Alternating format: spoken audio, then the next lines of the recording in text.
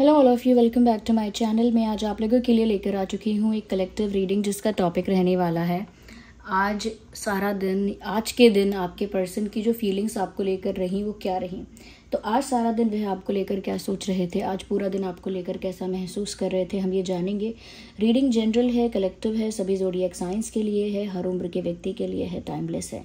जब भी आप इस वीडियो तक पहुँचेंगे, जब भी आप इस वीडियो को देख रहे हैं, आपके साथ तभी रेजोनेट करेगा, फिर चाहे आप इस वीडियो तक कितने भी समय बाद क्यों ना पहुँचे हों। ये रीडिंग सभी ज़ोडिएक साइंस के लिए है, मेल फीमेल दोनों के लिए एप्लीकेबल है। और ये जो रीडिंग है वो कलेक्टिव है, इसीलिए ओपन माइंडेड होकर सुनिएगा। खुद को ज़बरदस्ती रीडिंग में फिट इन मत कीजिएगा, जितना रेजोनेट होता है उतना ही एक्सेप्ट कीजिए।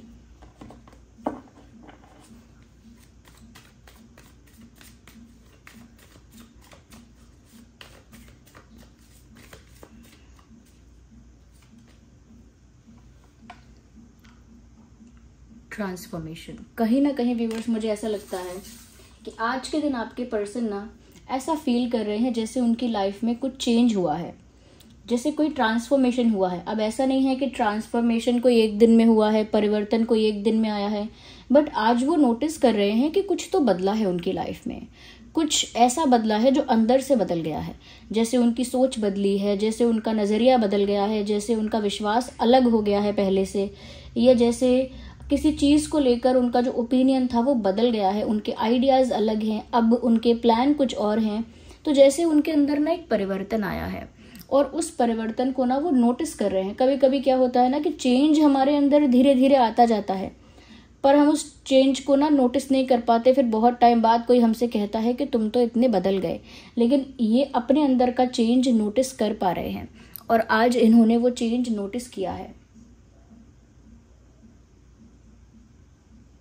यस, वो बदलाव जो है वो आज उन्होंने नोटिस किया है।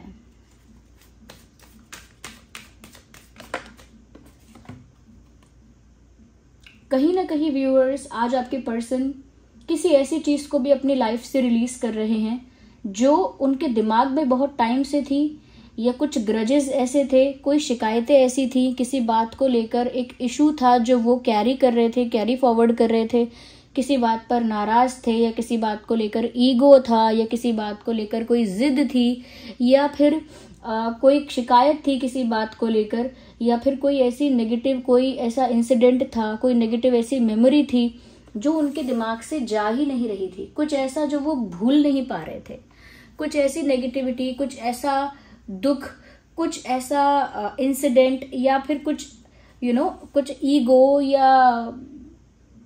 या फिर कोई और ऐसी चीज जो उनके लिए भी नेगेटिव है।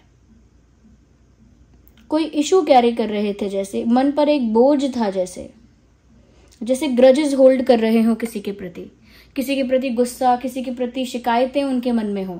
बट अब ऐसा लगता है कि आज उन्होंने महसूस किया कि ये सब उन्हें रिलीज कर देना चाहिए। जितना ज्यादा वो उसे कैरी करेंगे उतना ज्यादा अंदर ही अंदर सेल्फ सबटाज, यानी अंदर ही अंदर उनको घुटन महसूस होगी, अंदर ही अंदर वो अपने आप को दुख देंगे, अंदर ही अंदर वो अपने आप को दबाएंगे, एक घुटन का एहसास होगा, एक सफोकेशन फील होगी, एक तरह से लाइफ में आगे नहीं बढ़ पाएंगे अगर वो पुराने इश्यूज को बैठे रहेंगे लेके।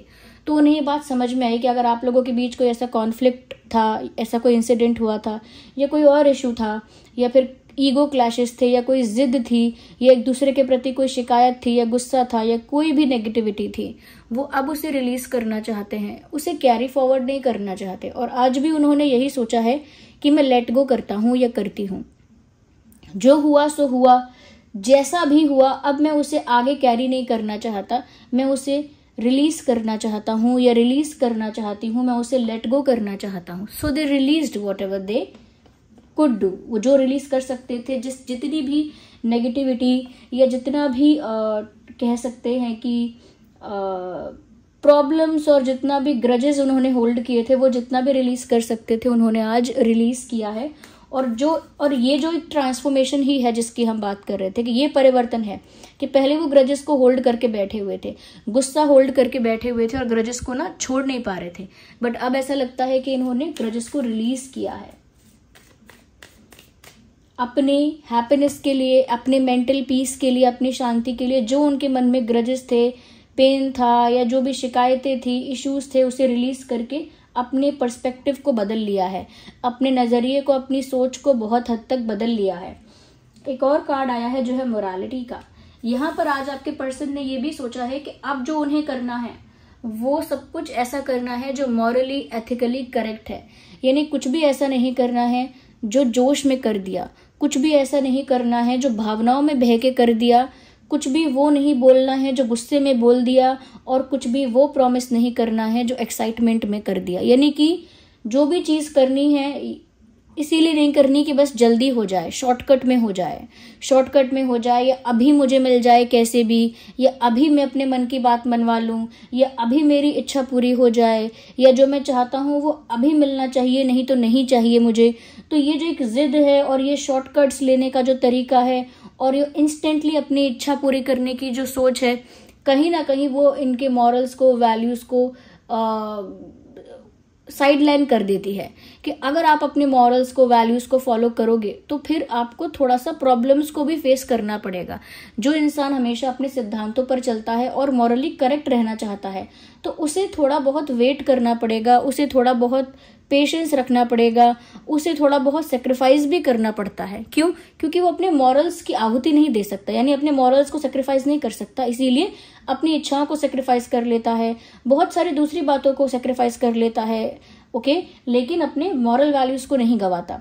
और कोई ऐसा होता है जो अपनी इच्छा पूरी करना चाहता है कैसे भी, उसे फर्क नहीं पड़ता कि वो कैसे पूरी होगी। कोई शॉर्टकट लेना पड़ेगा, किसी का दिल दुखाना पड़ेगा, जिद करनी पड़ेगी, या फिर अहंकार दिखाना पड़ेगा, उसे चिंता नहीं होती फिर उस बात की जब उसे अपनी जिद पूरी करनी होती है। तो अब वो ये सोच रहे हैं कि कोई शॉर्टकट नहीं, कोई जोश नहीं, जो भी कुछ करना है वो ये सोचकर करना है कि ये मॉरली करेक्ट है या नहीं। मॉरल वैल्यूज को साइडलाइन नहीं करना है। अगर आपको प्यार करना है तो फुल रिस्पेक्टफुल वे में करना है, यानी पूरी तरह से रिस्पेक्टफुल होके करना है, एक डिग्निफाइड मैनर में करना है, एक रिस्पेक्टफुल वे में करना है। चाहे आपको ट्रीट करना है तो वो भी बहुत रिस्पेक्टफुली करना है, चाहे कुछ कन्फेस करना है तो वो भी बहुत ब्यूटीफुली करना है, और एक रिस्पेक्ट के दायरे में रह के करना है। चीजें जो हैं वो ऐसी नहीं होनी चाहिए कि चीप लगे, ऐसी नहीं होनी चाहिए कि वल्गर लगे, ऐसी नहीं होनी चाहिए कि डेस्परेशन लगे। सब कुछ डिग्निफाइड, रिस्पेक्टफुल और मॉरली भी करेक्ट लगना चाहिए। तो वो अब जो भी करेंगे ना व्यूअर्स, वो सोच रहे हैं ऐसा कि अब मुझे जो भी करना है वो यही सोच के करना है कि मैं मॉरली चीजें करेक्ट करूं, अपने प्रिंसिपल्स पर खरा उतरूं या खरी उतरूं। अब कहीं ना कहीं व्यूअर्स आज आपके पर्सन जो हैं उनका एक ऑर्डिनरी दिन रहा, ऐसा कोई स्पेशल डे नहीं रहा कि स्पेशली कहीं घूमने गए थे या कोई बहुत स्पेशल डे था या कुछ बहुत स्पेशल उन्होंने किया, नहीं। एक ऑर्डिनरी सिंपल डे उनका रहा आज का, एक साधारण दिन जो होता है वैसा ही उनका दिन रहा आज, ओके।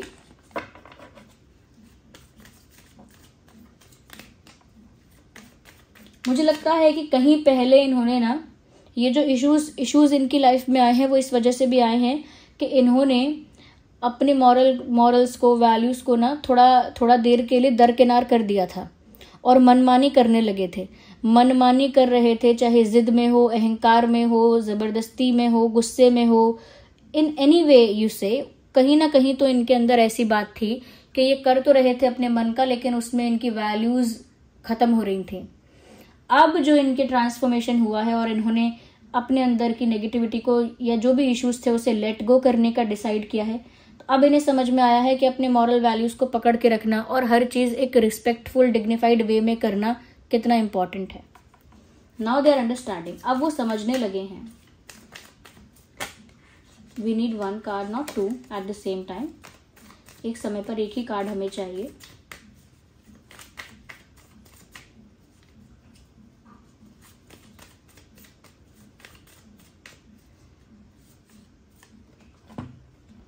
देखिए, मैंने अभी पेशेंस की बात कही थी and here we have the card of patience.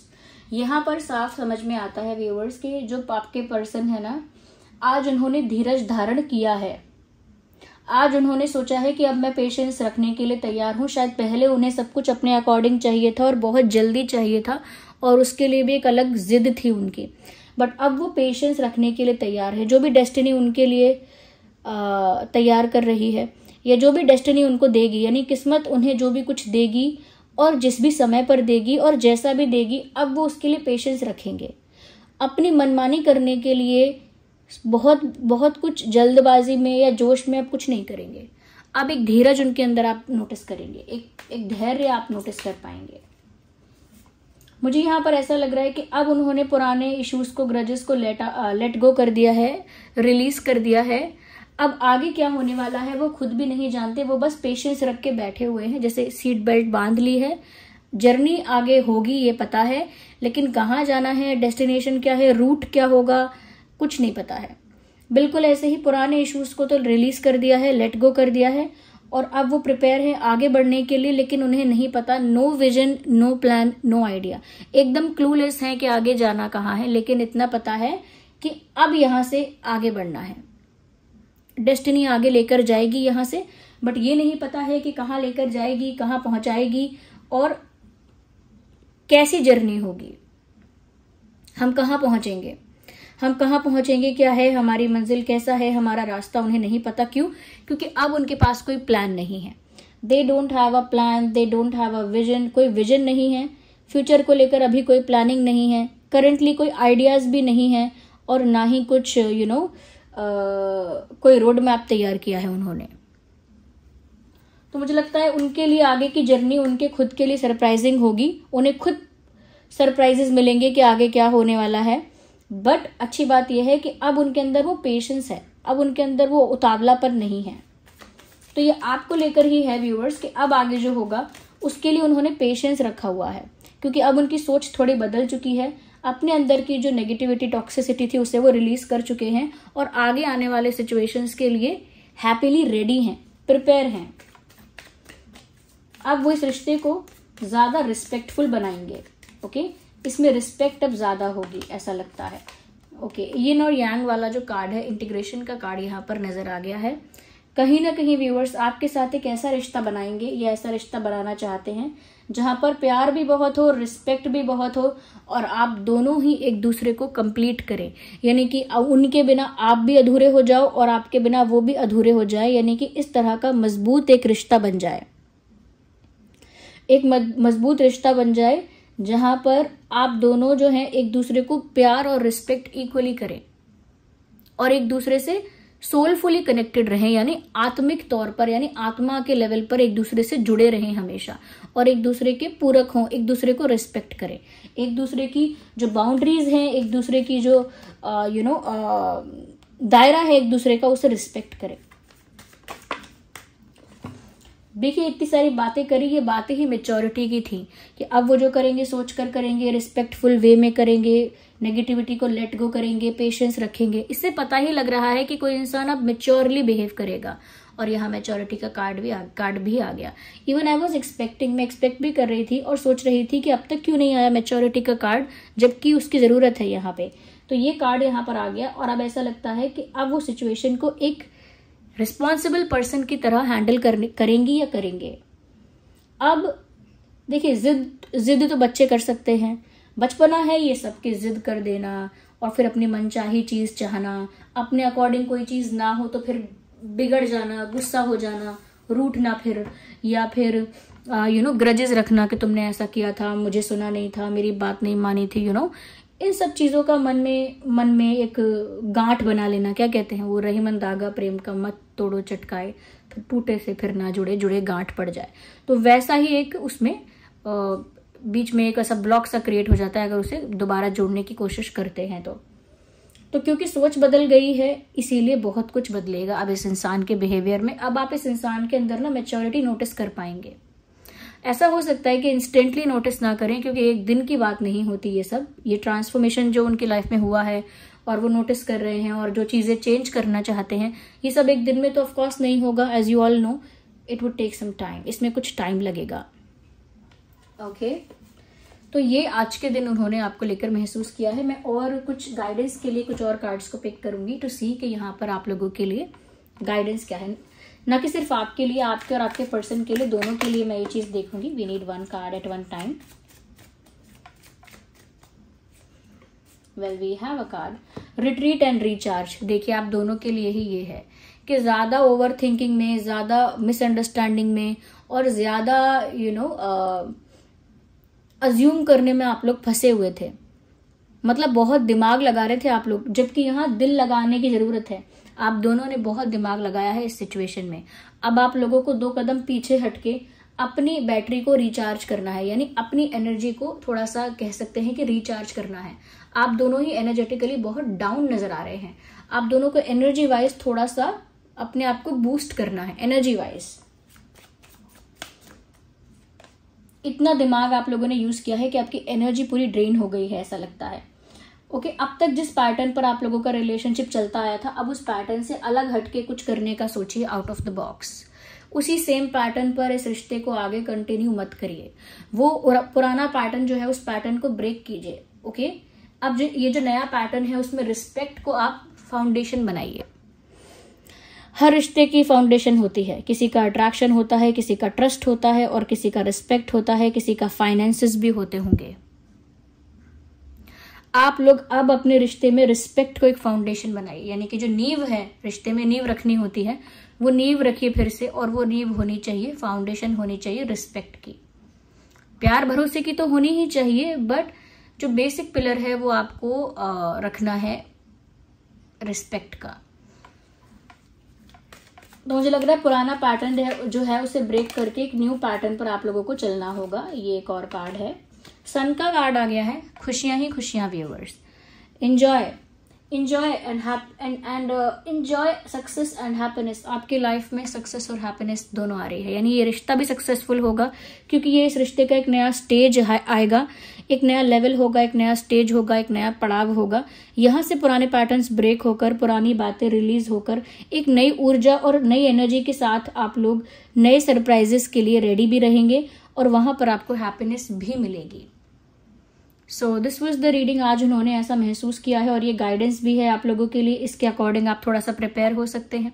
So this was the reading. I hope it was helpful. आप लोग कमेंट्स में बताइएगा। इतने सारे प्यारे कमेंट्स के लिए आपका बहुत बहुत धन्यवाद for each and every comment. And I am sorry कल वीडियो नहीं आ पाया था because I was busy yesterday, लेकिन आई होप आप लोग बुरा नहीं माने होंगे और मुझे माफ करेंगे। जो भी बुरा माने होंगे वो वीडियो को लाइक करने के लिए बहुत बहुत धन्यवाद। जो भी लोग लाइक्स कर रहे हैं इतने सारे, thank you so much. Thank you so much. आप लोग पूरा वीडियो देख रहे हैं, अपना प्रीशियस टाइम दे रहे हैं। चलिए फिर मिलते हैं अगली रीडिंग में। तब तक के लिए bye bye family, bye bye angels, love you all, bye bye, take care.